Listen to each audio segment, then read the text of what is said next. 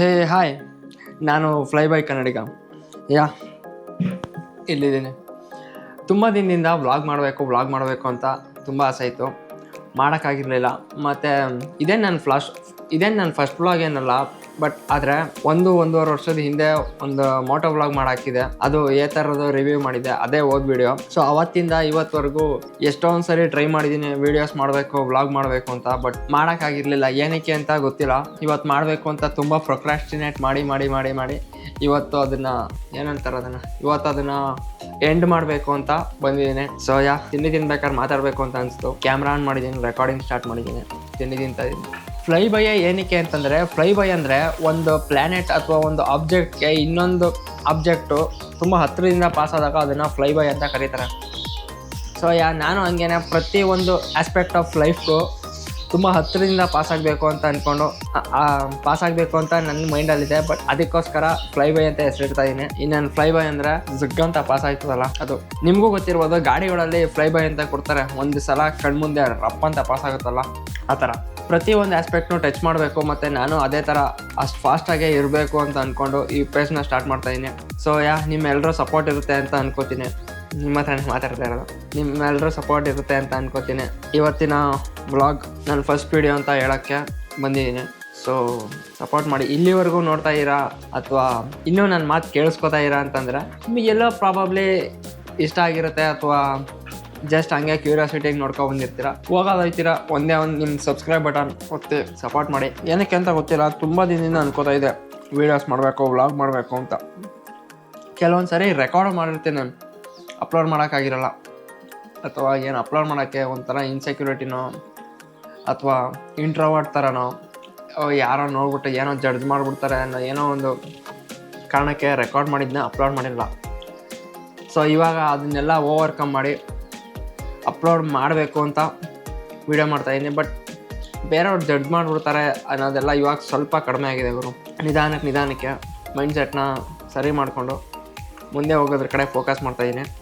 So ತಿಂಡಿ ಏನು ಅಂತ ನೋಡ್ತಾಯಿದ್ದೀರಾ, ಇತ್ಕದ ಬೇಳೆ ಸಾಂಬಾರು, ದೋಸೆ, ಚಟ್ನಿ ಇದೆ. ಬಟ್ ದೋಸೆ ಚೂಟ್ ಆಗುತ್ತೆ, ಬಟ್ ಇತ್ಕದ ಬೇಳೆ sambar next level. Okay, chutney ಯಾಕೋ ಸ್ವಲ್ಪ ಅಳಸೋಗಿರೋ ಥರ ಕಾಣಿಸ್ತಾ ಇದೆ. ಸ್ವಲ್ಪ ಹುಳಿ ಥರ ಫೀಲಿಂಗ್. ಸೊ ನಿಮ್ಮದು ಏನು ಕತೆ? ಎಲ್ಲ ಚೆನ್ನಾಗಿ ನಡೀತಾ ಇದೆಯಾ?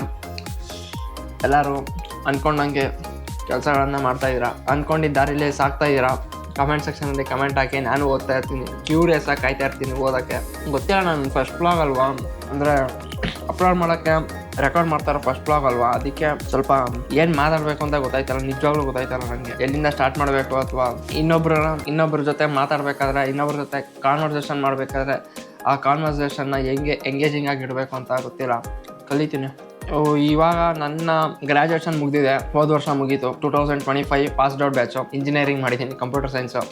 ಅಲ್ಲಿಂದ ಇಲ್ಲಿವರೆಗೂ ಇವಾಗ ನಾನು ರೆಕಾರ್ಡ್ ಮಾಡ್ತಾ ಇರೋದು ಇವತ್ತು ಜನವರಿ ಡೇಟ್ಗೆ ಎಷ್ಟು ಗೊತ್ತಾ? ಇವತ್ತು ಮೋಸ್ಟ್ಲಿ 19 ಇರ್ಬೋದಾ ಅಂತ. ಒಂದು ನಿಮಿಷ ಇರಿ. ಜನವರಿ 19, 2026. ಕನ್ಸಿಸ್ಟೆನ್ಸಿ ಮ್ಯಾಟ್ರ್ ಆಗುತ್ತೆ. ಹೌದು, ಓಕೆ, ದಟ್ಸ್ ಓಕೆ. ಅವಾಗ ಹಿಂಗೆ ಸ್ಟ್ಯಾಮರ್ ಆಗ್ತಾ ಇರ್ತೀನಿ. ಮತ್ತು ಮಧ್ಯದಲ್ಲಿ ಮಾತಾಡ್ಬೇಕಾದ್ರೆ ಬೇರೆ ಜಾಗದಲ್ಲಿ ತಪ್ಪು ವರ್ಡ್ಸ್ಗಳನ್ನ ಯೂಸ್ ಮಾಡಿದ್ರೆ ದಯವಿಟ್ಟು ಕ್ಷಮಿಸ್ಬಿಡಿ. ಗೊತ್ತಿಲ್ಲ ನಾನು ಹೆಂಗೆ ಮಾತಾಡ್ತೀನಿ ಏನು ಅಂತ. ನಿಜಾಗರು ಸ್ಟ್ರೇಂಜರ್ಸ್ ಜೊತೆ ಮಾತಾಡೋಕ್ಕೆ ತುಂಬಾ ಒಂಥರ ಹೆಂಗೆ ಅನ್ಸೋದು ಗೊತ್ತಾ? ಭಯ ಏನಿಲ್ಲ ಸ್ಟ್ರೇಂಜರ್ಸ್ ಜೊತೆ ಮಾತಾಡೋಕ್ಕೆ, ಬಟ್ ಎಲ್ಲಿ ತಪ್ಪು ಮಾತಾಡ್ಬಿಡ್ತೀನಿ ಅಂತ ಒಂದು ನನ್ನಲ್ಲೇ ನನಗೆ ಬ್ಯಾಕ್ ಹೊಡಿತಾ ಇರ್ತದೆ. ಅದಕ್ಕೆ ನನಗೆ ಸ್ಟ್ರೇಂಜರ್ ಜೊತೆ ಮಾತಾಡ್ಸೋಕ್ಕೆ ಸ್ವಲ್ಪ ಹಿಂಸೆ ಆಗುತ್ತೆ. ಸುಮ್ಮನೆ ಹಾಯ್ ಬಾಯ್ ಅಂತ ಮಾತಾಡ್ಸ್ಬಿಡ್ಬೋದು, ಅಥವಾ ಹೆಂಗಿದ್ದೀರಾ ಏನು ಅಂತ ಜಸ್ಟ್ ಕೇಳ್ಬಿಡ್ಬೋದು. ಅಲ್ಲಿಂದ ಮುಂದೆ ಕಾನ್ವರ್ಸೇಷನ್ಸ್ನ ತೊಗೊಂಡೋಗೋದು ಅಷ್ಟು ಈಸಿ ಇಲ್ಲ. ಅವ್ರನ್ನ ಎಂಗೇಜಿಂಗ್ ಆಗಿಡೋದು ನನಗೆ ಸ್ವಲ್ಪ ಚಾಲೆಂಜಿಂಗ್ ಅನಿಸುತ್ತೆ. ನೋಡೋಣ. ಮತ್ತು ಗಾಡಿ ಓಡ್ಸೋಕೆ ತುಂಬಾ ಇಷ್ಟ ಗುರು. ಅದೇ ಥರ ನಮ್ಮ ಮನೇಲಿ ಇದುವರೆಗೂ ಗೇರ್ ಗಾಡಿನೇ ಬಂದಿಲ್ಲ ಗುರು. ಯಾವಾಗ ನಮ್ಮ ಅಪ್ಪಂದು ನಾನು ಚಿಕ್ಕ ಹುಡುಗ ಇರ್ಬೇಕಾದ್ರೆ, ನಾನು ಪ್ರಾಬಬ್ಲಿ 8th ಇರಬೇಕಾದ್ರೆ ಅವ್ರ ಹತ್ರ ಒಂದು ಸ್ಪ್ಲೆಂಡರ್ ಇತ್ತು. ಅಂದರೆ ಅವರು 20 ವರ್ಷದಿಂದ ಯೂಸ್ ಮಾಡ್ತಾಯಿದ್ರು. ಸ್ಪ್ಲೆಂಡರ್ ಇತ್ತು. ಆ ಸ್ಪ್ಲೆಂಡರು 8th ನಾನು 9th 10th ಬರೋಷ್ಟಲ್ಲೇ ಅದನ್ನ ಸೇಲ್ ಮಾಡಿಬಿಟ್ರು. ಏನಕ್ಕೆ ಸೇಲ್ ಮಾಡಿದ್ರು ಏನು ಅಂತ ಗೊತ್ತಿಲ್ಲ, ಸೇಲ್ ಮಾಡಿಬಿಟ್ರು. ಆಮೇಲೆ ನಮ್ಮ ಮನೇಲಿ ಒಂದೇ ಒಂದು ಗೇರ್ ಗಾಡಿನೂ ಇಲ್ಲ ಗುರು. ಅದೇನೋ ಗೊತ್ತಿಲ್ಲ, ಇಲ್ಲದೇ ಇರೋದ್ರ ಬಗ್ಗೆನೇ ಪ್ರೀತಿ ಜಾಸ್ತಿ. ಎಲ್ಲ ಹುಡುಗರಿಗೂ ಅದೊಂದು ಇರುತ್ತೆ, ನಾನು ಗಾಡಿ ಓಡಿಸ್ಬೇಕು, ನಾನು ಒಳ್ಳೊಳ್ಳೆ ಬೈಕ್ಗಳನ್ನ ತೊಗೋಬೇಕು ಅಂತ. ನನಗೂ ಅದೇ ಥರ ಒಂದು ಆಸೆ, ಇರೋ ಗಾಡಿನೇ ಓಡಿಸ್ಕೊಂಡು ಅದರಲ್ಲೇ ಮೋಟೋ ವ್ಲಾಗ್ನು ಮಾಡಾಕ್ತೀನಿ. Wait and watch.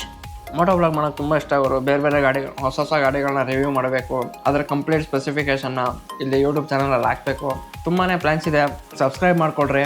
ನಾನು ಮಾತಾಡೋದು ನಿಮಗೆ ಬೋರ್ ಅಂತ ಅನಿಸ್ತಾ ಇರ್ಬೋದು, ಬಟ್ ಮುಂದಿನ ದಿನಗಳಲ್ಲಿ ಎಂಗೇಜಿಂಗ್ ಆಗಿಡೋಕ್ಕೆ ಕಲ್ತ್ಕೋತೀನಿ. ಒಳ್ಳೊಳ್ಳೆ ಚಾಲೆಂಜಸ್ ವೀಡಿಯೋಸ್ ಮಾಡೋಣ ಅಂತ ಅಂದ್ಕೊಂಡಿದ್ದೀನಿ.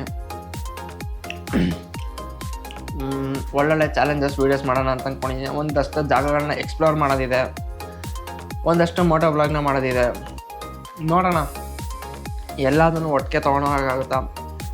ಆಮೇಲೆ ಎಲ್ಲದನ್ನು ಕಂಪ್ಲೀಟಾಗಿ ಒಟ್ಟಿಗೆ ಮಾಡ್ತೀನಿ ಅಂತ ಹೋಗಿ ಸುಮ್ಮನೆ ದಬಾಕೊಳ್ಳೋಕ್ಕೆ ಚಾನ್ಸಸ್ ಕೊಡಬೇಕಾ ಅಥವಾ ಒಂದೊಂದಾಗೆ ತೊಗೊಂಡೋಗ್ಬೇಕಾ, ನೋಡೋಣ ಹೆಂಗೆ ಏನು ಅಂತ. ನೀವು ಮೋಟೋ ವ್ಲಾಗ್ ಮಾಡ್ತಾಯಿದ್ರೆ ಅಥವಾ ನೀವು ವ್ಲಾಗ್ ಮಾಡ್ತಾಯಿದ್ರೆ ಹೆಂಗೆ ಅಪ್ಲೋಡ್ ಮಾಡ್ತಾಯಿದ್ರೆ ಅದನ್ನು ಕಮೆಂಟ್ ಸೆಕ್ಷನಲ್ಲಿ ಕಮೆಂಟ್ ಹಾಕಿ, ಖಂಡಿತವಾಗ್ಲೂ ಓದ್ತೀನಿ, ರಿಪ್ಲೈನು ಮಾಡ್ತೀನಿ. ಇವತ್ತು ನನಗೆ ಕರೆಂಟ್ಲಿ 102 ಸಬ್ಸ್ಕ್ರೈಬರ್ಸ್ ಇದ್ದಾರೆ. ಅದು ನನ್ನ ಕಾಲೇಜ್ ಟೈಮಲ್ಲಿ ನನ್ನ ಫ್ರೆಂಡ್ಸು, ಫ್ಯಾಮಿಲಿ ಎಲ್ಲ ಸೇರಿ ಅಷ್ಟೇ ಆಗಿರೋದು. ನೆಕ್ಸ್ಟ್ ನೋಡೋಣ, ಸ್ಟ್ರೇಂಜರ್ಸು ಹೊಸಬ್ರು ಜಾಸ್ತಿ ಜನ ಆಗಿಲ್ಲ, ನೋಡೋಣ ಅವ್ರಿಗೂ ರೀಚ್ ಆಗೋಣ. ಸೊ ಸಿಗೋಣ ನೆಕ್ಸ್ಟ್ ವೀಡಿಯೋದಲ್ಲಿ. ನಾನು ನಿಮ್ಮ ಫ್ಲೈ ಬೈ ಕನ್ನಡಿಗ. ಮರಿಬೇಡಿ, ಸಬ್ಸ್ಕ್ರೈಬ್ ಮಾಡ್ಕೊಳ್ಳಿ. ಇಷ್ಟ ಆಗಿದರೆ ಲೈಕು ಮಾಡಿಬಿಡಿ, ಅದರಲ್ಲಿ ಏನು ಬೇಜಾರಿಲ್ಲ, ಲೈಕು ಮಾಡಿಬಿಡಿ. Let's wind up. ಮೋಸ್ಟ್ಲಿ ತುಂಬ ಜಾಸ್ತಿ ಹೇಳಿದ್ರು ನಿಮಗೂ ಬೋರ್ ಆಗುತ್ತೆ. ಬಾಯ್.